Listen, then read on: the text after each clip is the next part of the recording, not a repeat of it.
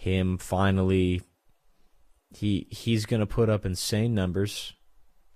This Edmonton team, once they really get to gelling, they will be a playoff team.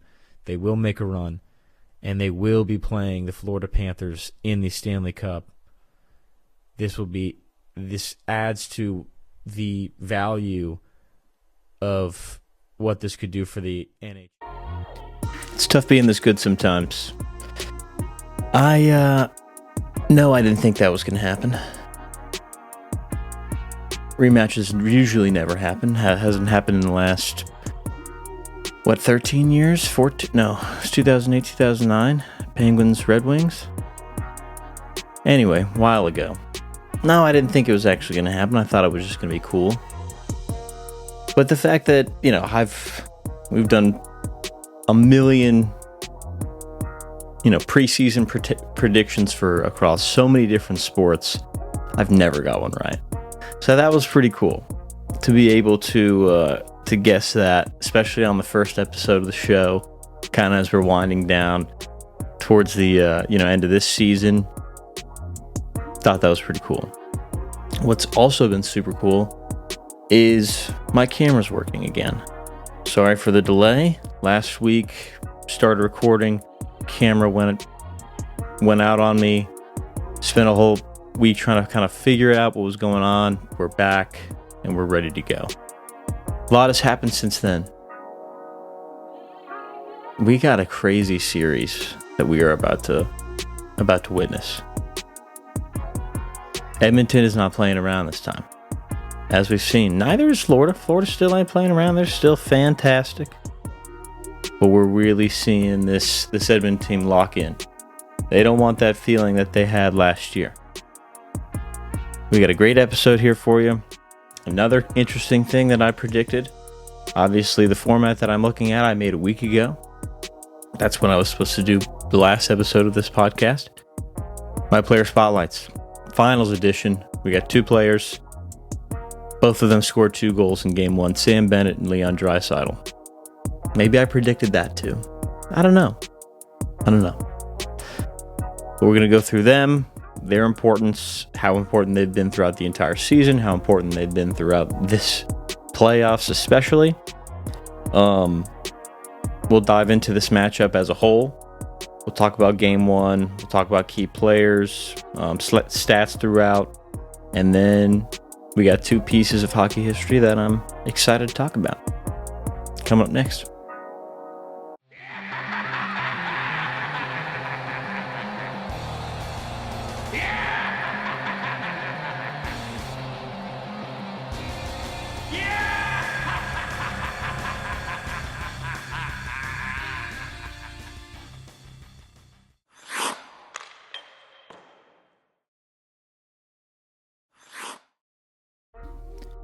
First, let's talk about my main man, Leon Draisaitl. Now, I honestly think that he might be the best player from the right side of the goal that I think I've ever seen. His accuracy, granted, he's the best yin to a yang that I've seen in my lifetime in regards to, a teammate playing with. Really, I don't really think arguably the best player to ever put on skates anymore. I think he just is. But, he's got a knack. And I do think that he would succeed. Maybe not as well, because great players make great players. But I think that he would succeed in his own right. Really on any team. I think he just has that natural talent. He is maybe the second best player that I've seen in my lifetime. So he's just top notch. 100-point season, 50 goals, 50 assists. Second in the playoffs in points behind McDavid. He's got 9 goals, 18 assists. He's been amazing. He has 3 overtime goals, game OTGWGs. Can't beat that. Absolute demon from the right side. And it almost feels, I don't want it to get to the point where it feels as if he is swept under the rug because of, obviously, the greatness of McDavid. This guy is seriously unreal. And in the short span that McDavid was not around, he stepped up. He really stepped up. He won games that, towards the end of the year, those games matter. And I think we need to put more respect on Leon Draisaitl. Dude is an absolute beast. I really think that he deserves a lot more recognition than what he gets. Again, he gets recognition. He's, in my opinion, one, if not this, or was the best player in the league this year, if not second best behind his teammate. But he's been an absolute great playmaker this entire playoffs as well. Just finding the open man, making the right play, making the right pass. He's getting physical, which I love. Sam Bennett got a little high on him. I was kind of stunned that it didn't get called, but I think especially in game one they really let him play. But he's a beast, and I think that he's gonna continue to be a beast, especially in this series, and especially for the foreseeable future in this league. So Draisaitl's my first spotlight. Next up, we got Sam Bennett, the other dual goal scorer. This dude's, he's so fun, and I really like. He's that player that you hate to play against him, and you'd love him on your team. He'd be your favorite player if he was on your team. I don't know if I saw this recently. I don't know if it's true, but I saw that he didn't record a pull-up in his combine, which I don't know if that's true or not, but that's pretty funny. But most points in a career, this regular season, he had 25 goals and 26 assists on the year, which is great. It's a great season.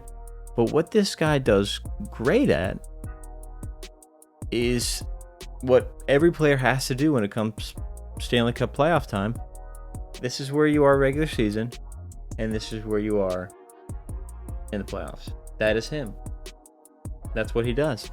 Last 3 playoffs, 15 plus points in the playoffs. That's great for a person who just got their regular season career high total of 51 points and their 15 plus points in the playoffs. That's a great player, in my opinion. You know when to really turn it on, and it's not that he's playing down to a level. He's just, I think he's more conservative in the regular season, and maybe that opens up. Maybe he focuses more defensively. I think he probably does. Focuses more on defense, whereas he is able to kind of really bring it together and bring it both offensively and defensively in the playoffs when it really matters most. 11 road playoff goals, insane. He's got 12 playoff goals total, first in the NHL. But he has brought this element that I didn't think it lacked. If you look at the game stats of game one, both teams were tied in hits. I think it was in the 40s and 50s, 51 total hits for both teams. That's obviously Edmonton able to match their physicality. And of course, my camera crapped out on me. But what I was saying was just his ability to really elevate his game and how important he is on the forecheck and really on the rush too. I mean, he's everywhere all at once. He's putting a body on every single person who touches the puck. And he's just a really gifted goal scorer. He really is. His ability to get to the net. I mean, I don't really think that was goalie interference. I think Kulak did sweep him just a little bit. But I think his ability just to play at a high level is truly a testament to his skills. And he's important. He's really important for this team. Obviously, very important offensively. I don't even know who's second in goals on that team in the playoffs so far. I would assume maybe Verhaeghe, if I had to guess. Let's check that. I'm going to assume it wouldn't be Barkov, I don't think.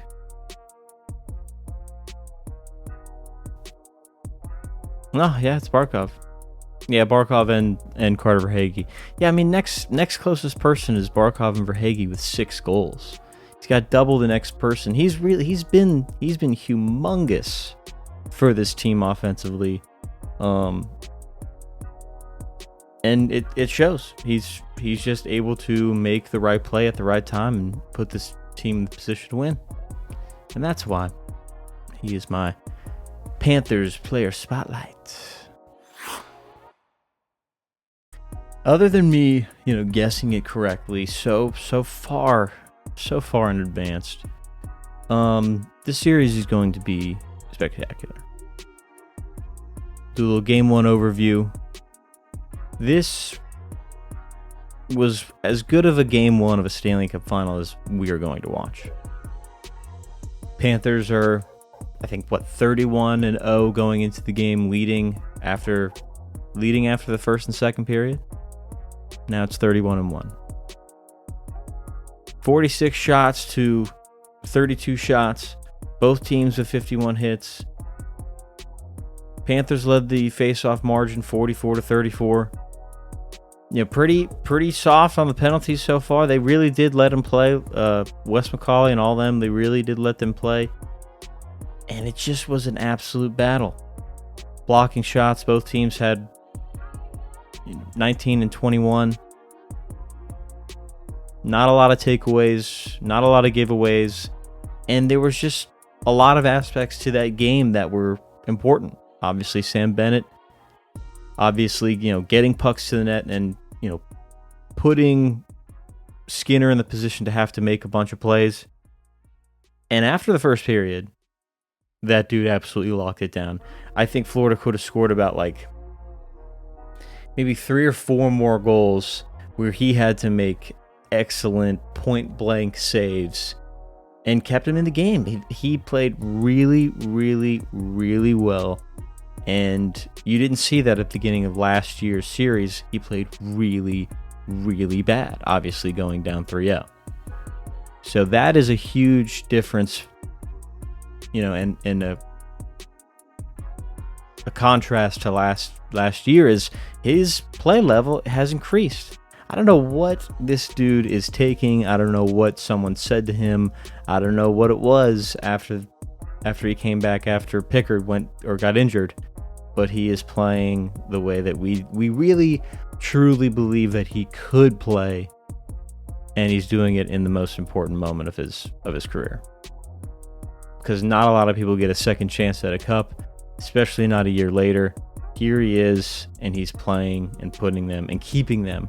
Let me remind you, keeping them in this game. Now other factors. Connor McDavid. Duh. Dude had 2 assists, but really it feels as if every goal that happens somehow stems from something that he did. It does. Whether it was him entering the O-zone and they have a bunch of tic-tac passes, or maybe something lucky, maybe he decides to go off at a specific time so someone can go on, and then it leaves them for some odd man rush. It doesn't matter what it is. Somehow he is the reason why they are winning games, and or one of the bigger parts of the reasons why he's playing or these winning games. Obviously, main man Leon is just absolutely unreal. Great pickup. I mean, 60 minutes in, or 60 seconds into the game, puck falls right into his lap. One-timer right into the net, goes up 1-0. Then, obviously, the answer. One thing that I can appreciate with Florida's team is their ability to really put screens on the opposing goaltender and really put so much pressure on the defenseman to get them out of the way, while also leaving a window of a vision for Skinner to see where the puck is going. So that's a part of Florida that I think is underrated and maybe not talked about enough, but their ability to do that is truly excellent. And you saw it obviously in the first goal. Then next up, after it's interesting. Obviously, I wonder what the time limit is for having to pick or decide to challenge a play. Because I think they decided way too early to go ahead and challenge the Bennett goal. I think it was Verhaeghe at first, but they ended up being Bennett's goal. I think if you take maybe I'm assuming the time limit is maybe like a minute or so. I assume they have one in place. I don't know if they even do. But I mean, I think it's pretty clear that Kulak did sweep him, and I don't think that's a time, especially that early in the game. You're not even down. It's tied. I don't think that was a great decision to go ahead and challenge that, then lose the challenge. Then they go on the power play, and ultimately Marchand gets the go-ahead goal. So I'm going to look that up. I wonder what the process is for how long you have to end up actually, asking for a review and seeing if that was an actual good goal. But then same thing, or same man who scored the first goal off a nice rush. Dustin Brown just didn't really play that rush that well. If the defenseman's leaning towards the man with the puck, you have to find where someone has to put a body on Bennett. He is able to skate away, and from point blank, he's not going to miss much. Especially how hot he is now, he's not going to miss much. Then Victor Arvidsson, a person who I really think is going to have to play at a strong level this series, because he's a really good player. He's a talented hockey player. He is able to sneak one by Bobrovsky for a 3-2 game.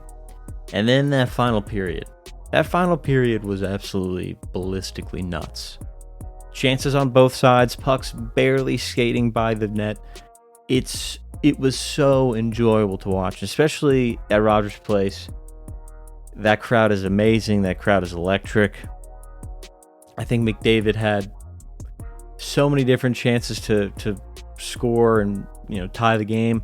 But of course, enters into the ozone, drops it off to, I forget who it was. Might have been Kapanen, might have been Draisaitl, I don't remember.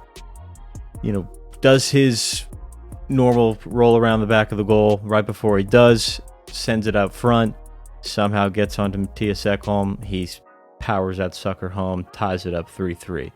That was sick. And the remainder of that period was great. So many different chances. Great. And the biggest part about that game was the physicality and the hits. Evander Kane really setting the tone out quick with a huge hit on Ekblad. And Bennett hitting everybody. And just everyone was really getting a piece of the physicality especially. And we go into overtime. Absolutely electric overtime. We go all the way to the end of overtime. And I want to say a quick shout out to Corey Perry. I feel like after they lost last year, he was not like a laughing stock, but I think people really chose to shed light on the fact that he had been to the last three of the last four finals, or 4 of the last 5, I can't remember exactly, and with a different team, and lost all of them. People really loved to talk about that, which I thought was kind of weak, but it is what it is. Now he's here, they have a better chance. I feel as if it's talked about in a little bit lighter of a way, where it's, dang, this dude went to 4 of the last 5 Stanley Cup Finals, which I'm glad they did that. I'm glad they kind of shifted that. But dude's almost 40. Dude does a touch, no-look pass to Connor McDavid. Connor McDavid does his thing as one of the best shot creators in the NHL. Nice little saucer pass across the middle to a wide-open, one-need Leon Draisaitl. Hammers it home past Sergei Bobrovsky, who had an amazing game. Don't let me downplay that. He played really, really well. And Oilers take game 1. Absolutely electric game 1. And another special shout out to Kasperi Kapanen and Evan Rodrigues. Both these guys, I enjoy watching them play so much. People forget that Evan Rodrigues had 7 points in the finals last year. That's awesome. That's called fitting in a new system. That's called really showing up for the new team. Year 2 of Florida, he's playing good. He's one of those guys who you can really count on to make those, maybe not highlight reel plays, but those plays that really matter and create those highlight reel plays. I kind of hope they get a hero moment at some point in this series, but shout out to both of them. Kapanen he was third star in the game, 2 assists. He has been fantastic the entire time. What needs to be done? Edmonton, keep penalties in check because this Florida team is a demon on the power play. Continue the firing squad. Age old quest. If you send pucks to the net and if you shoot the puck, good things are going to end up happening. Whether it goes in, deflects off someone, deflects off the goalie, gives someone else a chance, as we saw with the Draisaitl goal. Good things are going to happen. Continuing the firing squad, and defense has to be smart. Can't let Sam Bennett, best goal scorer in the playoffs, get that wide open and force Stuart Skinner to make a point blank range on him. Can't do that. You're going to lose a series if you do that. If you continue to do that. Florida, stay physical. Stay physical. This is going to be a long series.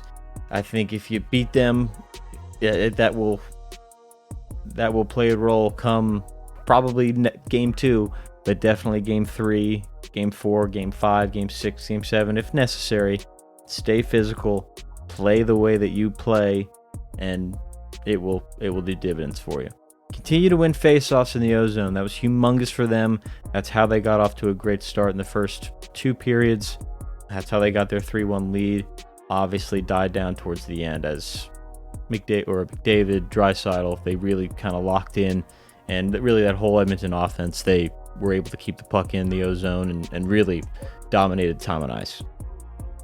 And obviously, last but certainly not least, put a freaking body on McDavid. Put a body on him.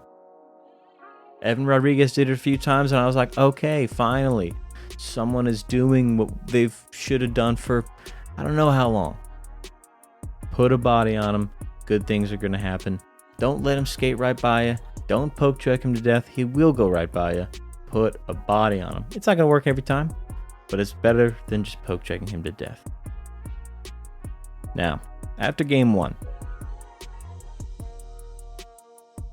I really think, granted, again, called it at the beginning of the year, McDavid being in the cup, Flores being in the cup, McDavid winning the cup, called it, don't know if I told you that. I'm sticking with my call. Especially after game 1, I know it's going to be a long series. I know it's if it doesn't go to game 7, I'm going to be stunned. But I'm going the Oilers. I'm going, the Cup's going back to Canada for the first time in 386 years. It's time. No 2 players are more deserving of a cup than those 2, and it's time. I think they've put their time in. This Florida team is good, but I think this Oilers team it's very Destiny-esque that it's time for them to hoist the cup.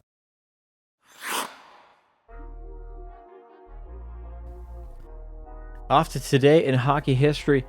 In 2018 Stanley Cup Final, T-Mobile Arena in Las Vegas, Nevada, Washington Capitals beat the Las Vegas Golden Knights 4-3 for a 4-1 series victory, the first title in franchise history, the first appearance of a Stanley Cup Final for the Las Vegas Golden Knights, and their first year of existence. Ovi's first. It's a first for everybody. I think that was really cool. Kind of glad that it happened on the same day. But that was just obviously a monumental thing for multiple reasons. A, it established that expansion teams can be good and can be a cup contender. B, it was really important for Ovechkin to win a Stanley Cup, especially for his legacy. Granted, his legacy is really set in stone without a cup, but I think this adds to it. Playing the league for such a long time, not having a cup, that's huge. And I know fans, I know fanatics, and I know that they would use that against his legacy. So it's a very important thing that happened, because he is obviously the best goal scorer in the NHL, one of the best players of all time, and the fact that he was able to win a Stanley Cup finally, very, very humongous for his career. And again, setting up the standard for Las Vegas. Within a few years after that, they won them a Stanley Cup themselves. So very cool today in hockey history. I enjoyed that. The next one, 1989, Wayne Gretzky wins his 9th, yes, I said that, 9th NHL Hart MVP trophy in 10 years. 9 MVP trophies in 10 years. Okay.